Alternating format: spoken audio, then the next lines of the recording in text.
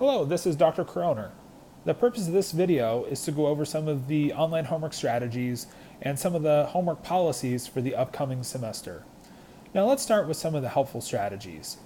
I think to learn anything, you have to first read or watch or see something, and then yourself do some exercises at applying what you've just read or have seen, and then afterwards you can get into some more complex problems. And we also have to intermingle these tasks along with the content we're going to see due to the way our content's going to be linked together throughout a chapter. So as an example, if you get towards the end of a chapter where you're still reading and watching and learning about that later part of the chapter, you are probably getting into some of the simpler exercises on the middle of the chapter while you're then able to do some of the more applied problems from the opening part of the chapter. Though as you progress and complete a chapter, hopefully you're able to apply and learn the problems for the entire chapter using all of your new content and all of your new ability to apply problems. Something that I think that's really helpful is trying to actively learn instead of like actively Googling or just looking up or watching and regurgitating something we've seen and not really actually internalizing what that means. So we have to actually learn content before we can apply it. We can't just get an answer and move on. We have to think about why or how it is we obtain an answer or get to an answer when we're solving problems. So consider this. How often do you correctly answer problems? Correctly, I guess I have correctly on there twice. How often do you correctly answer problems on your first attempt?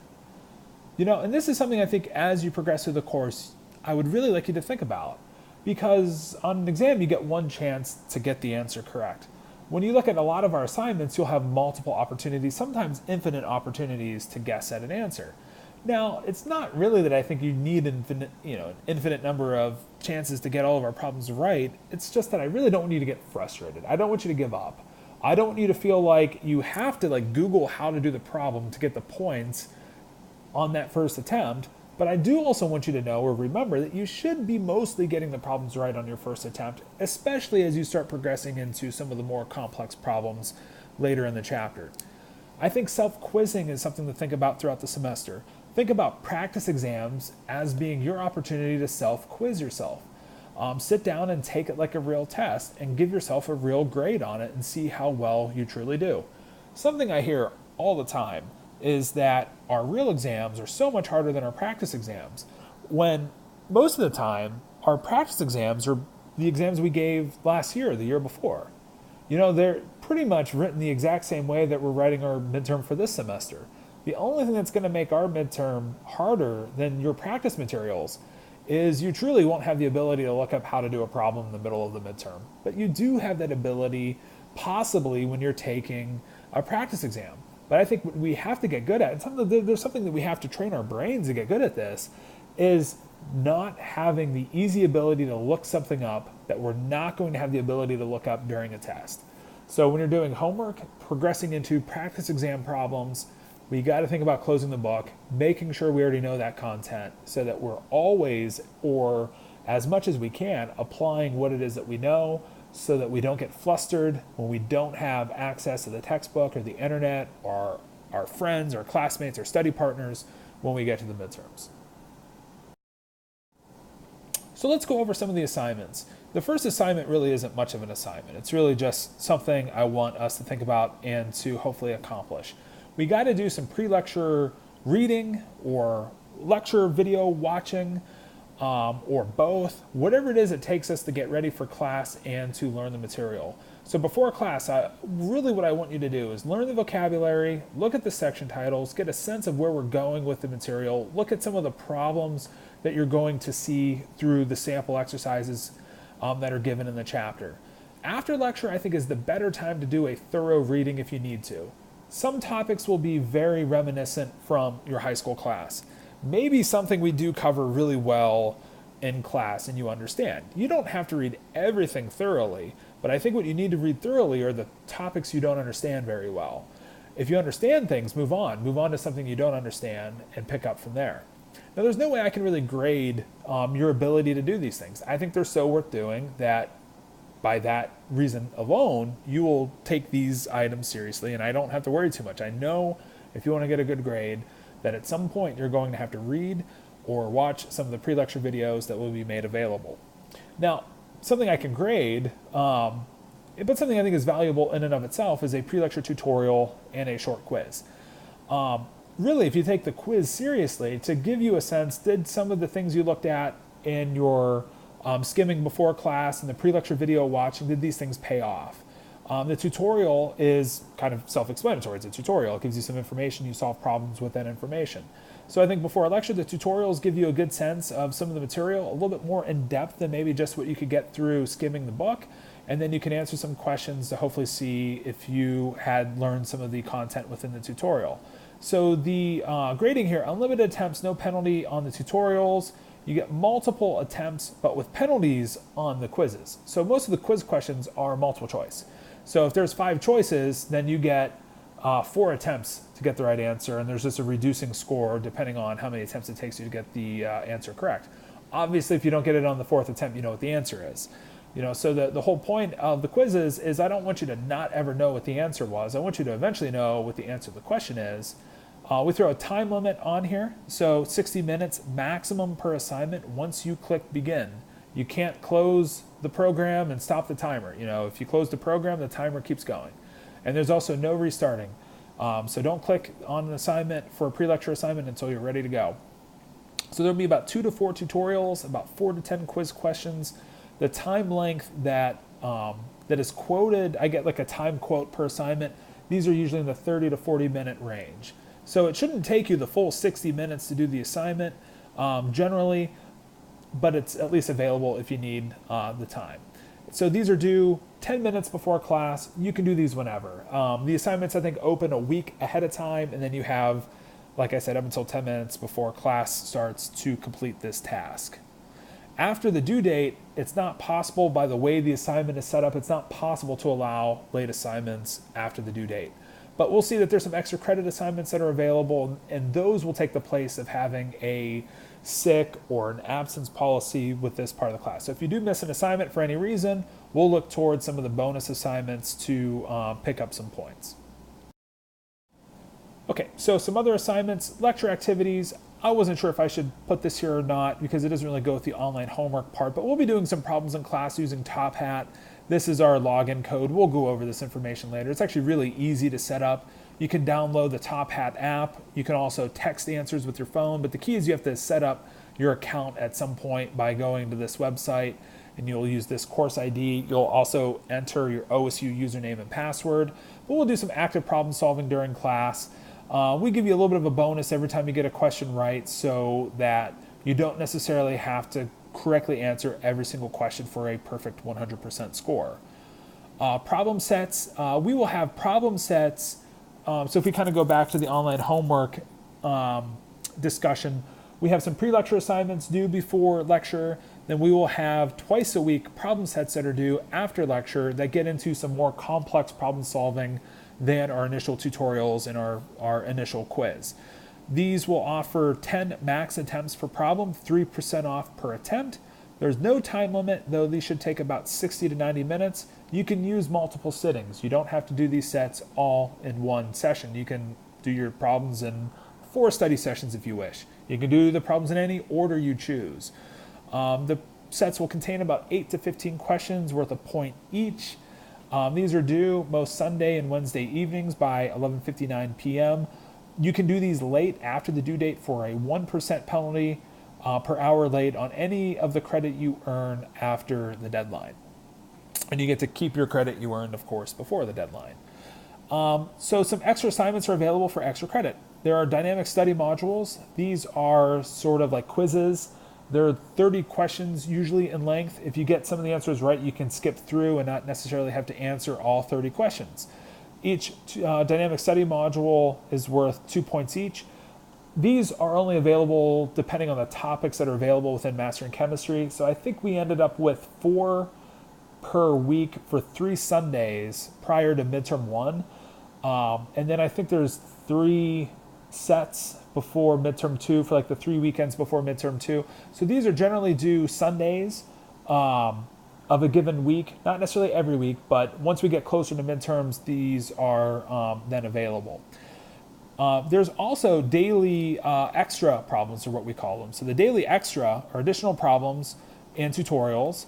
The way they work is you get half a point per problem within each of these sets. So these sets, I've actually been making them 4. So instead of being 2 to 4, there are 4 problems or tutorials worth half a point each if you complete and correctly answer the tutorials. They are unlimited guesses, no penalties for guessing or any of that stuff. So you can earn some points back this way here. So the idea here is you can get back to a 100% homework score through the extra assignments. And you can't go above 100%, but you'll see the goal here is for the extra credit assignments to allow you some flexibility and not having to get every point on the required homework, and to also give you some additional helpful sets if you find them helpful for your studying. So something I want to add for the extra credit assignments, the dynamic study modules, like I said, these will be available on Sundays. Usually there'll be multiple modules that are available on a given Sunday. The additional daily extra assignments, these will be available Monday to Friday to allow you to earn about 2 points per day, or about 10 points per week. So in terms of credit here, we're going to have about 40 to 80 points per week that end up being required in terms of the points you need to earn on the problem sets and the pre-lecture assignments.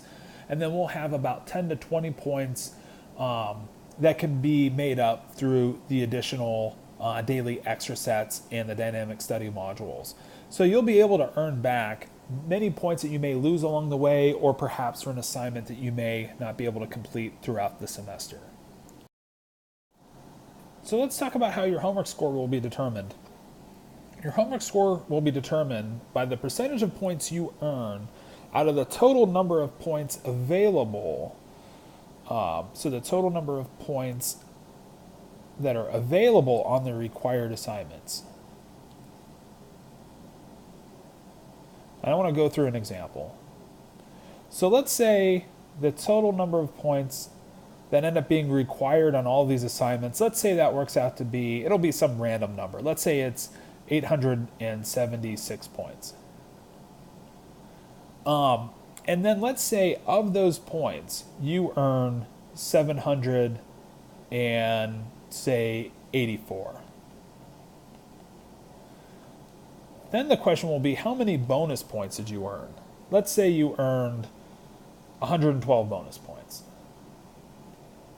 So the bonus points, 112, and then you had earned 784 in this example of the points on the required assignments.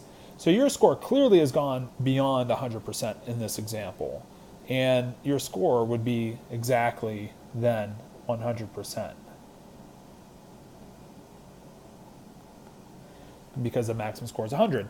Now, I don't know if you'll believe me, but that's actually better for the class as a whole. The reason why we set the maximum score to be 100 is that we grade this class on a curve, or we grade it on the bell curve, meaning the average grade in the class is going to ultimately determine the way the grades are set in the class. So the average grade in the class is going to end up being a B minus, or in the C plus range. Based upon the way we've graded this class historically in the past. And so if we let you earn a bonus, then what we're kind of doing is just tricking you in a way, because we're just letting you earn more points, but we're going to still set the average in the B minus range, regardless of how many bonus points end up getting earned. But what we do is, by setting the score at 100% maximum, we sort of set that that's what we hope everybody in the class gets to, and really has the ability to get to if you take these assignments seriously and just take the time to do them, and do the extra assignments as needed. So hopefully everybody can get to the 100% score that puts forth a reasonable amount of effort, so nobody is penalized for not going above and beyond and doing all of these extra assignments that really, for some of you, may not be worth the effort. So if you need extra help, please stop by my office hours. They're Monday, Wednesday afternoons. My office is on the second floor, north end of the McPherson building. I'm in McPherson 2047. It's a pretty big computer lab, so it'll be a nice room for us to meet in. We also have TAs in Celeste. It's actually 170, not 160, but Celeste 170. It's on sort of the back hallway out of Celeste Lab. All of our TAs hold their office hours in this room. So we have about 10 TAs in this room at any given moment from about 8 a.m. until 5 p.m. I also recommend forming study groups. It's a great way to learn along with your classmates, get some helpful peer instruction. You can email me questions throughout the semester. I'm happy to get emails, and I'll respond as promptly as I can. One last thing I want to do here is make sure I describe that 7.5% of your grade is from the online homework. The exams will account for 60% of your final score. So we don't want to sell out to get the homework points and then use bad strategies that don't allow us to easily get those exam points down the road, or then make us have to study a ton before each of the midterms. If you're finding that you're studying the whole weekend before a midterm, I think we're doing something wrong on the problem sets. We're approaching them in a way, if we change our approach, we could take all that time and use it much more productively, so we don't have to reuse that time later and cram all that information in before the midterms. So I think go with a low and slow approach. Go with actively learning the material through reading, through skimming first, actively reading later, doing or watching videos as needed, solving problems slowly, go from easy to complex, ask questions of yourself, self-quiz yourself on the way, and then hopefully when the exams roll around, you're prepared, ready to go, and you don't have to invest a lot more time in preparing for those exams.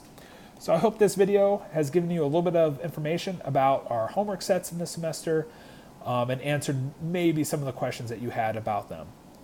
Thank you for your attention.